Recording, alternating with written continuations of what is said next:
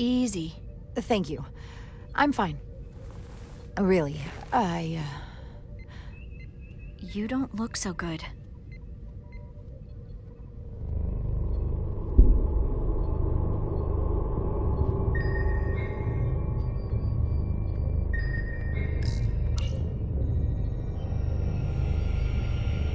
I have to get to sickbay. Go.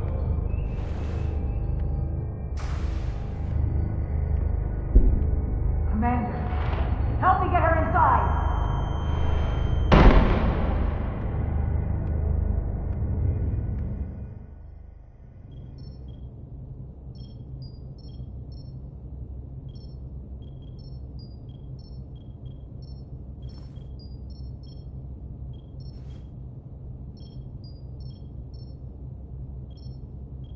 Well, that was quite a scare.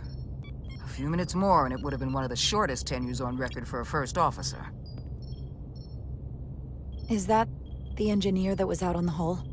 That storm did a real number on him, but he'll live. Just needs rest. You should worry about yourself. Your duridium levels got dangerously low and destabilized your cell structure. This is definitely one of the more memorable first days I can think of.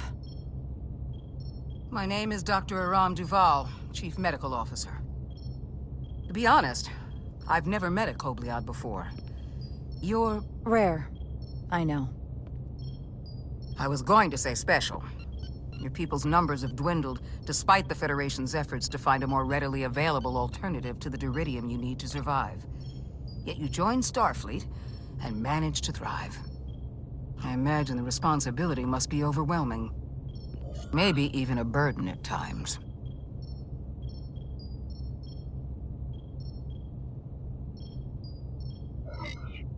It does make me unique, but it's not a burden at all. I'm honored to be Kobliad, to represent my people. As you should be.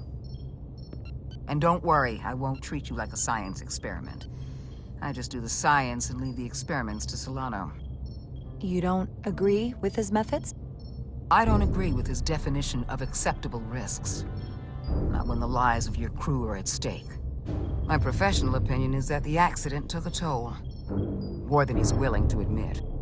He's overstressed, operating in the pressure cooker of his own mind. Which is never a good headspace when the lives of your crew are at stake. What concerns me is that now he's even further away from the thing he's been chasing his entire career. Breakthrough discovery. The major innovation.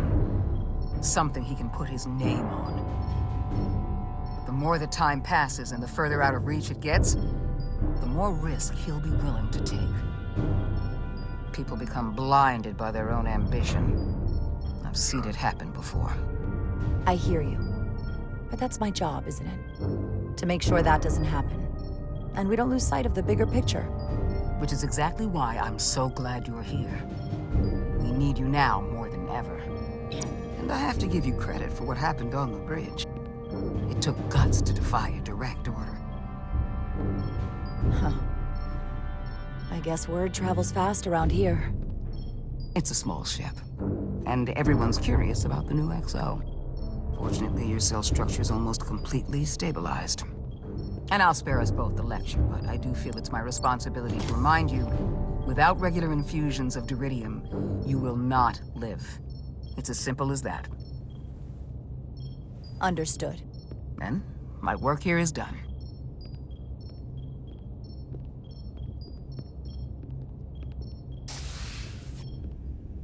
Lieutenant Bedrosian. I came to see if you were okay. We were all pretty worried on the bridge. No one knew what was happening. I'm feeling much better. Thank you. It's just part of who I am. You don't have to explain to me. I understand. I'm just glad you're okay. You trusted me earlier with the shields, and I appreciated that. I want you to know that I have your back. Thank you.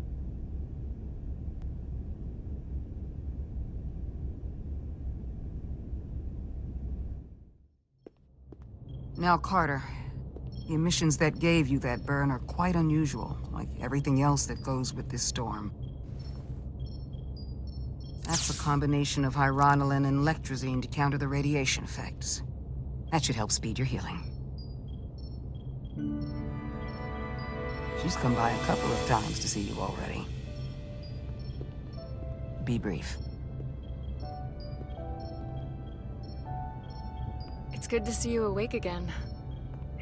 I was starting to get worried.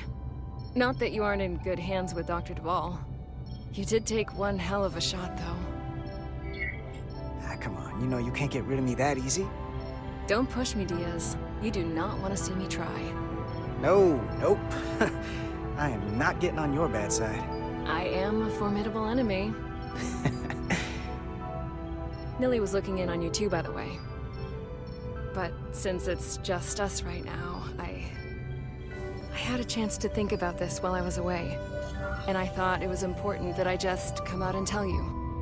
Instead of tiptoeing around it. Or worse, leaving it unsaid. It's okay, Miranda. You can tell me anything. I know that. Then come on. Just spit it out. I'm trying. Let me talk. What I'm trying to say is, we've been really good friends for a long time. But I got back here and I couldn't ignore it anymore. I want to see if there's more between us than just being friends.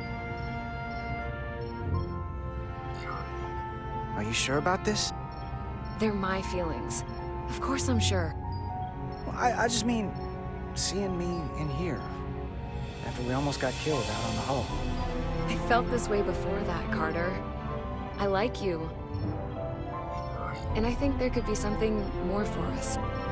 So, what do you say?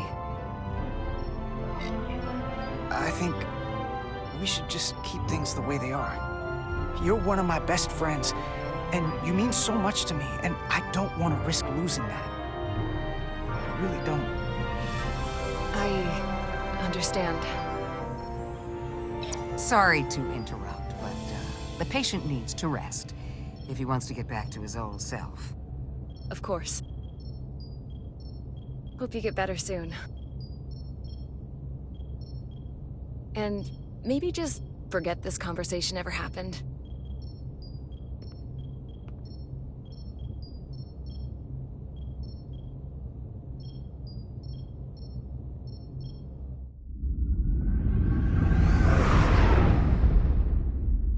Approaching the rendezvous point outside Atari space. Helm, bring us out of warp. Dropping to impulse. Ionic interference surging, Captain.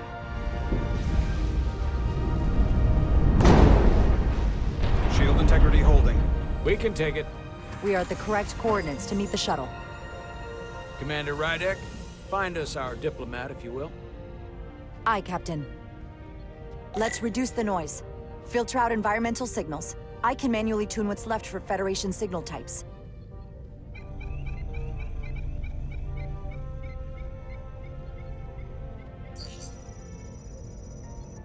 I've located the shuttle. Opening comms. On screen. Shuttle to Resolute. Shuttle to Resolute. Debris field. Lost maneuvering. Losing. I can't get it any clearer. We won't get a transporter lock. It's just not happening. Power up the tractor beam. We'll pull them directly into the docking bay.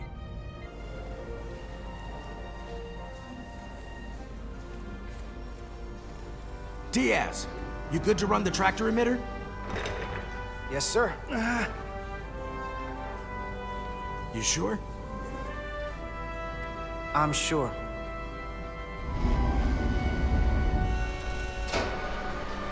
Come on, Diaz. First thing, lock onto the shuttle and stabilize the rotation.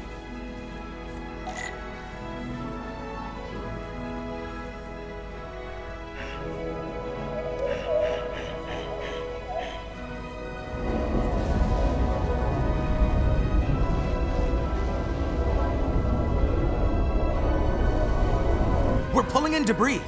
I'm on it.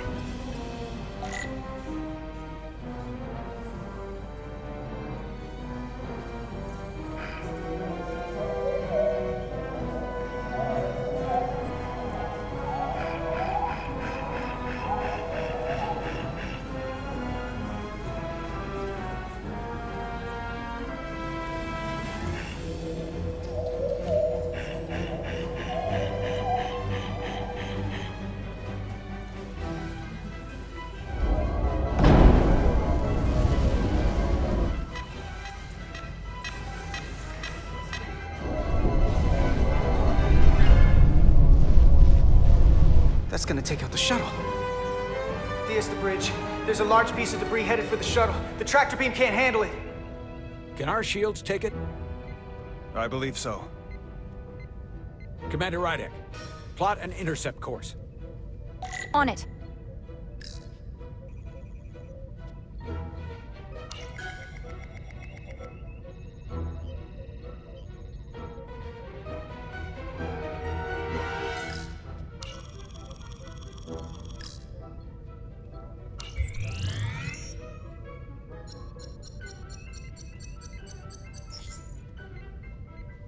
Here we go. Maneuvering thrusters bearing 53 Mark 17, 200 meters on an intercept course. Maneuvering.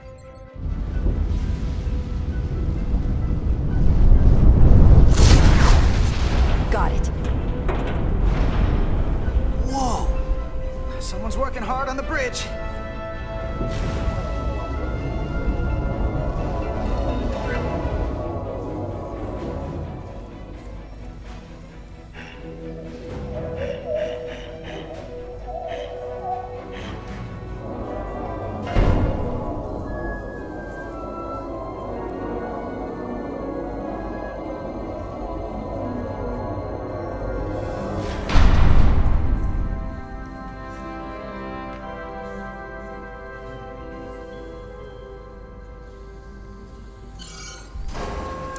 We got the shuttlecraft on board. Good job. We're on our way down to meet them.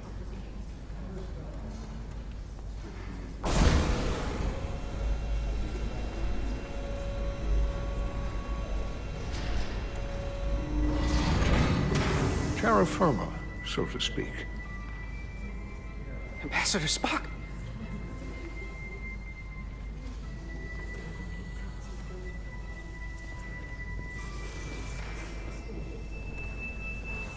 The captain will be right down to meet you, sir. In that case, I will wait for him here.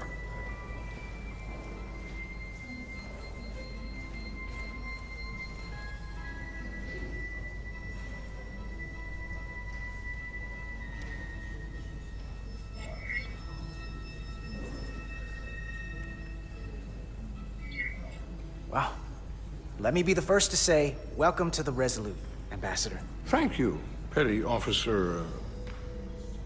Carter? Carter Diaz. Sir. I am pleased to meet you, Petty Officer Carter Diaz. It appears I have you to thank for my safe arrival.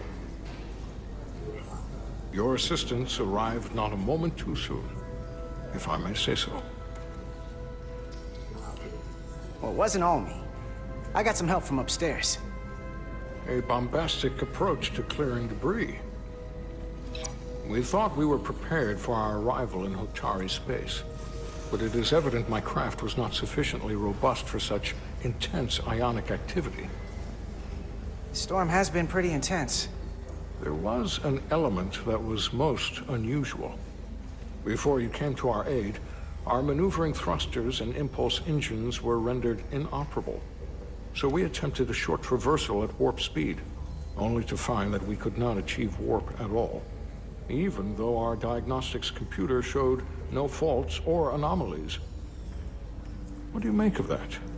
When all indications say that warp speed is possible, but in practice, we find it is not. Well, this storm is one of the strangest phenomena we've ever encountered. It's disrupted other systems. Who knows what it might do to a warp drive? Yes, it would seem further investigation is called for. Take readings, run some additional diagnostic checks, and we'll get to the bottom of this. Quite logical, Petty Officer Diaz. Thank you. Ambassador Spock, Excuse me. I'm honored to have you aboard. I'd like to get right to it. We're already behind.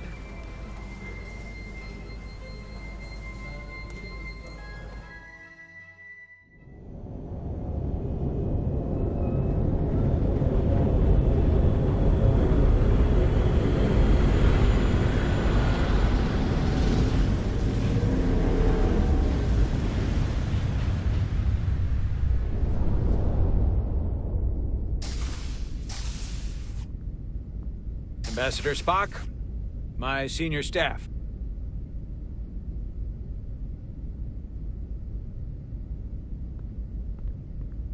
It's not every day that a captain gets to welcome a Starfleet legend aboard.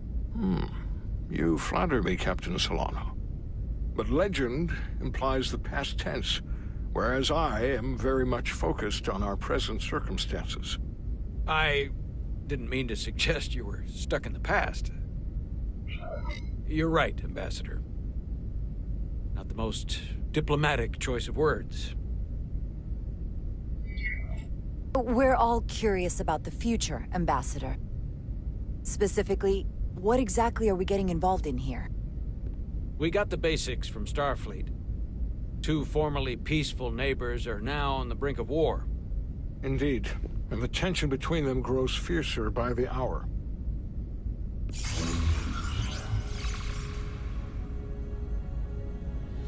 Elydia and Hotari.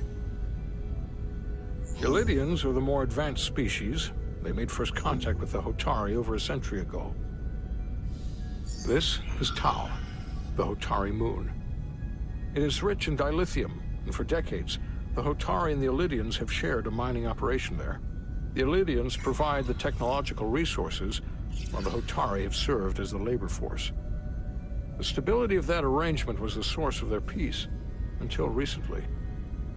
The Hotari have suddenly and forcefully seized control of the mining operations and expelled the Elydians from their system.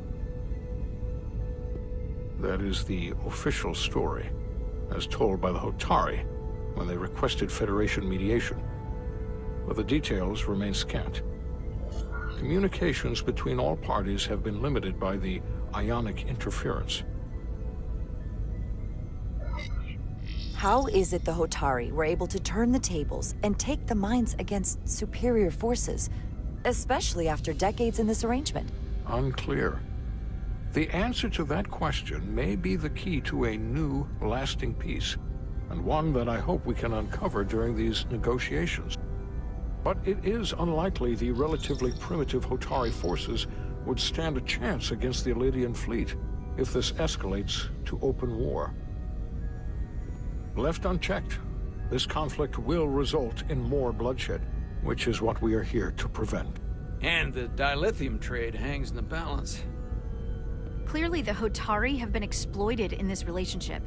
Maybe we can persuade them peace is the more profitable alternative for everyone. They both profited from the mines. And for the Hotari, something is better than nothing. Peace is our objective, after all. That is correct. The Hotari just won their independence. It's hard to believe they would give that up just for profit. I agree. It would be exceedingly difficult to bring the Hotari to that position. Neither the Elydians or the Hotari are members of the Federation, so we can't make them do anything. There is an additional complicating factor I should mention. In the past, the Federation has relied on the Elydians as a source of dilithium. That certainly changes things. The Federation sources its dilithium from a lot of places. Yeah, and this is one of them. So we've already played a part in this. Unfortunately, that is indeed the case, Commander Rydek. We're morally obligated to make this right. Hold on. Our only obligation is to negotiate the peaceful resolution of this conflict. Given the Federation's involvement in the Elydium dilithium trade, Captain Solano and I must make every effort to appear neutral in these negotiations. What worries me is if this whole thing unravels, and we're at the mercy of the storm at less than full strength. We can't let it come to that. Considering what the Ion Storm has done to our ship, and the Ambassador's shuttle, we have to assume the Elydian fleet has had problems with it as well. This recent surge in the energy disturbance temporarily levels the playing field. Commander Westbrook is correct. The energy anomalies around the Hotari systems have been noted in the past. But they have never been observed on the orders of magnitude we have seen in recent weeks. If it's keeping the two sides talking instead of shooting at each other, that actually helps us negotiate a peace.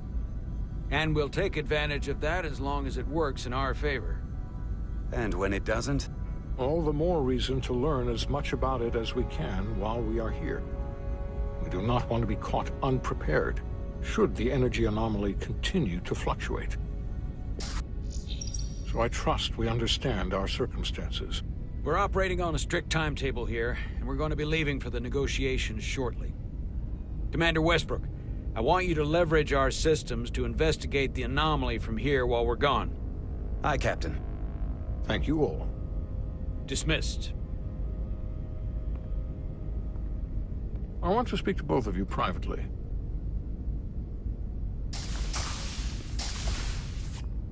Ambassador Spock, I'd like to make a formal introduction. My first officer, Commander Jara Rydek. Commander, as you are aware, there are limits to what Captain Solano and I can do in our official capacity as representatives of the Federation. But someone in an unofficial capacity, your first officer, for example, would not be bound by those restrictions. Commander Rydek could ingratiate herself to certain parties behind the scenes, where they may be more candid in revealing information that could lead to a resolution. She certainly goes her own way. Maybe that helps in this case. It would be unconventional, but I'm not opposed to it. I'm honored to be included in the negotiation process. You're not just included, you are instrumental. Well, I hope Commander Rydek will have more luck finding out what really happened than we will through official diplomatic channels. The fate of the negotiations, the interests of the Federation, and the prospect for peace may very well depend on it.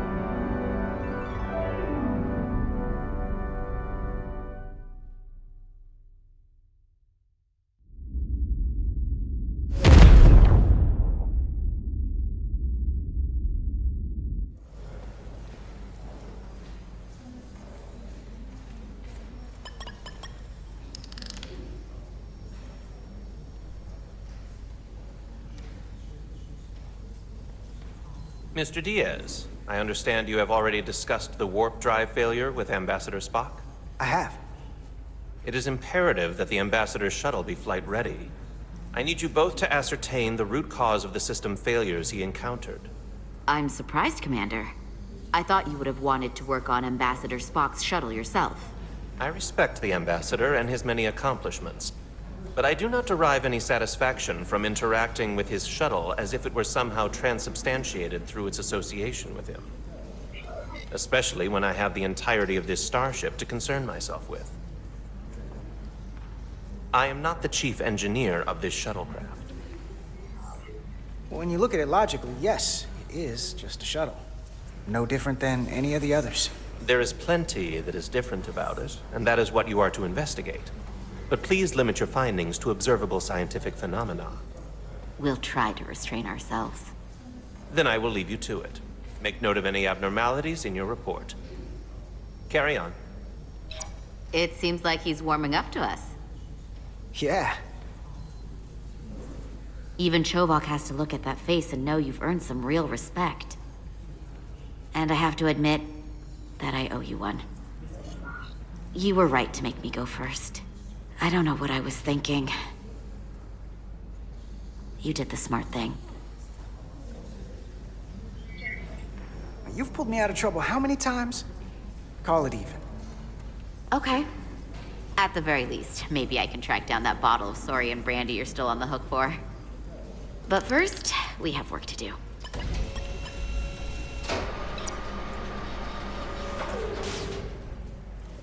Ready to go?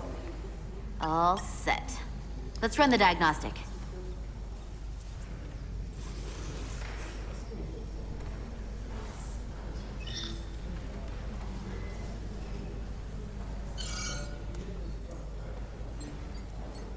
So, I know about your talk with Miranda. You do? She sent me a Priority 1 dispatch right after your conversation. Knowing you two as well as I do, I thought you'd jump at the chance to, take it to the next level. Why'd you tell her you just wanted to be friends? I was surprised to hear that. I mean, we already know you like her. Not that far off to like her like that. Well, honestly, I was worried you wouldn't approve of, you know, fraternization with... I'd have been fine with it. But this is simpler. Better. Just, when you see her, don't make a big deal of it. And I'll be there to smooth things over. Is that thing done? Yeah, it's wrapping up. Let's see. The relays along the primary EPS are blown. The backup relays are all intact. An EPS overload from the warp drive could cause that. But how did the shuttle end up dead in the water? Huh. Well, maybe the ship's data recorder can tell us something.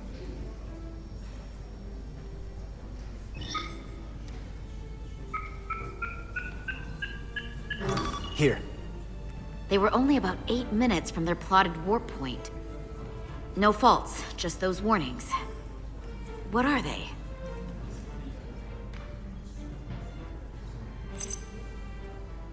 Subspace variance out of tolerance. What does that mean? It means the main navigation array lost sight of space somehow. Will the array going offline cause that? Yes, but it should have also thrown a fault code.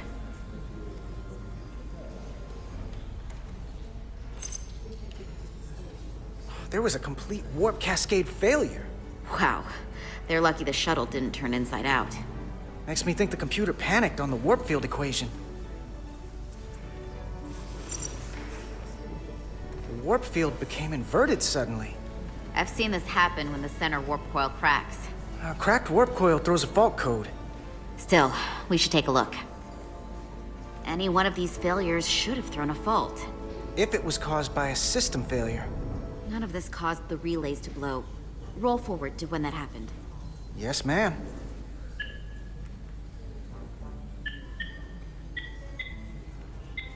So here, they take a moment to get their bearings and they attempt to re-engage the warp drive. There. That's the relays blowing.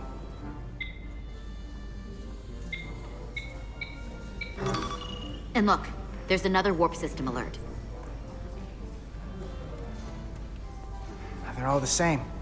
Subspace variance out of tolerance, or warp inversions.